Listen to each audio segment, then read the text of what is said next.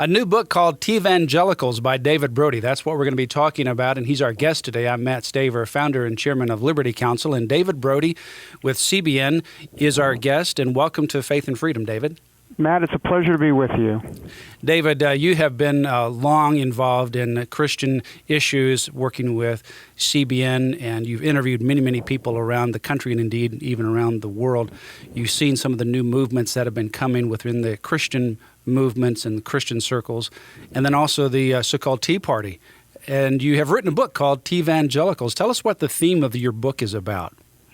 Well, it's really a look at the fact that there are so many conservative Christians involved in the Tea Party, and it's kind of a scratch-your-head moment for the mainstream media. They really don't get it. They think the Tea Party is a bunch of libertarians who are angry at everybody under the sun. But indeed what it's about is that if you look inside the numbers, anywhere from 50 to 60%, and quite frankly, there are statistics that say it's even higher than this, but 50 to 60% or so of the Tea Party, they're conservative Christians, and so I figured I needed to come up with a name for it, and then hence the name of the book, the Teavangelicals. And we're not just talking about evangelicals, we're talking about a broader set of conservative Christians, whether depending on what your denomination is. But the point simply is that they want a return to Judeo-Christian principles in this country, and Tea Party libertarians call it constitutionally limited government. Well, conservative Christians believe in that too. They just happen to call it something a little bit different, and it's a return to Judeo-Christian principles, which basically means a look at a strict constructionist view of the Constitution as the way the founders saw this country, with God straight in the middle of everything. So a large number of these people that are part of the Tea Party movement are evangelicals. It seems to be, just anecdotally from my experience, that's true.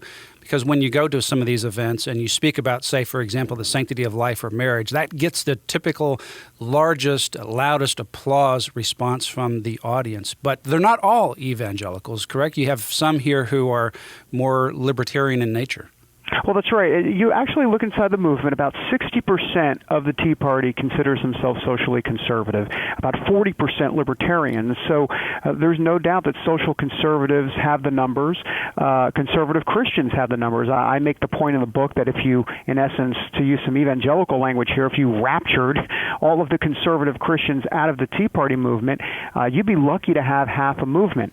And so, in essence, that's what we see going on right here in this country and really within the Tea Party. And I have to tell you, Matt, that if you actually see the Tea Party and what they stand for, it really is not just about Judeo-Christian principles, but it's about government getting way too big, too out of control, the nanny state, if you will, and God getting smaller. Maybe not necessarily in people's lives, though that's true to a degree as well, but really within the public arena. And President Obama has really accentuated what has happened here in this country and the Tea Party movement. What is the difference between someone who is a libertarian but maybe not a social conservative and an evangelical who is a social conservative?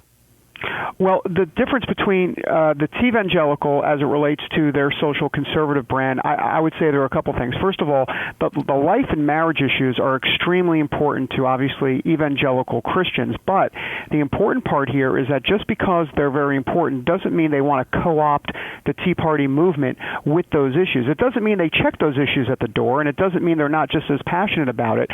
But the last time I checked, social conservatives are also fiscal conservatives. And so the difference, in essence, between Tea Party libertarians and social conservatives run the gamut on a whole range of issues. But most importantly, it's just important to point out that the libertarians don't necessarily see God in the center of everything, which is, hence, I talk about Ayn Rand and some of their views towards her, and they really enjoy her writings, which, of course, conservative Christians really are appalled at a lot of her writings, and that's one of the sticking points between the two groups.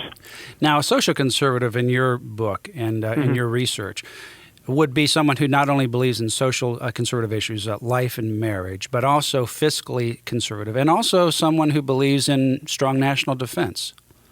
Well, that's right, and honestly, Matt, if you look at how social issues and fiscal issues are very much one and the same, and they combine quite often. Just for example, Planned Parenthood. Look at this whole defunding issue of Planned Parenthood. A fiscal issue for sure in terms of defunding and not using taxpayer dollars for Planned Parenthood. At the same time, obviously, a major important social issue as it relates to abortion.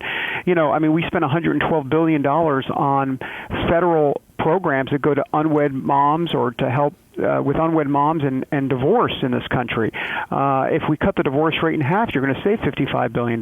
Look at Social Security is another good example. 55 million babies have been aborted since Roe v. Wade in 1973. Once again, if 55 million people were alive today, imagine what our Social Security system would be now in terms of more people paying into the system at some point. So, you can just make the case that the pro-family agenda is really a combination of social issues, fiscal issues, and it's something, quite frankly, Matt, that Rick Santorum did very, very well. He was able to explain this very well in the primaries and captivated a Teavangelical type audience. That the problem was he didn't have an ATM to go with it, and some organizational issues as well. But he definitely had that type of message for sure. Former Congressman Bob McEwen has put it very well in terms of these issues where you have God at the center and evangelical becoming social conservative, and all really relates towards liberty. Liberty with regards to, obviously, the sanctity of human life. That's the first freedom. Marriage, the foundation of our country and our family, which is also a basis of freedom. And then, of course, limited government. The bigger the government, the less freedom you have. The less government, the more freedom you have. And then why would you then all of a sudden want a large national security? It comes back again to the idea of freedom. So there is a unity among social evangelicals throughout all of these areas. But you say in your book that it is hogwash to believe that one can be a fiscal conservative if he or she is not a social conservative. Explain what you mean by this. Well, very much. Basically, what we're saying here is that if you look at most social conservatives in this country, they indeed are fiscal conservatives for a lot of different reasons. First of all, typically, if you are a pro-family type conservative, you're going to want to see lower taxes as well. Why do you want lower taxes? Well, it's more money to spend for your family. Doesn't mean you don't give to the government what the Caesar to Caesar, if you will. But in essence, they're okay with paying taxes. That's not the issue. But the issue is that lower tax rates help the family. And you just go on and on. There's this idea of return to fiscal responsibility that I talk about in the book. And I have to tell you that, in the Bible and the way Teavangelicals look at the world, it's all through a biblical worldview. So in Proverbs, it talks about how a good person leaves an inheritance to their children's children, and the borrower is a slave to the lender. And Jesus talks about building the tower, and why would you build a tower? And I'm paraphrasing here, but why would you build a tower if, in essence, you don't have the money to pay for it? So, you just go on, and there is all of this biblical evidence, if you will, for fiscal responsibility, and that's exactly how Teavangelicals see the world. And, Ronald Reagan brought these three legs of conservatism together: social, economic, and national defense. And sometimes those on the left, those from a secular perspective, want to separate and divide and assume that there's some kind of clash. But there really is a lot of synergy among social conservatives with fiscal conservatives, obviously, and with national defense conservatives. And you have addressed that very well in your book and in your messages. And we're talking to David Brody. He is the author of Teavangelicals, and that's an interesting play on words, the Tea Party and evangelicals. And there's a reason that the book is named Teavangelicals. It's a book by David Brody.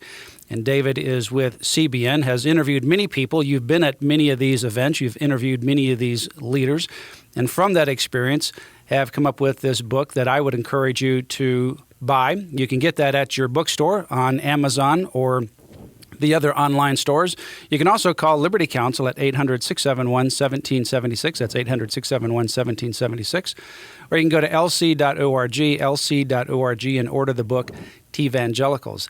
Go to lc.org and order the book Teavangelicals. David, it has been a real pleasure to be here. In 30 seconds, what would be your parting words as to why someone should read this book?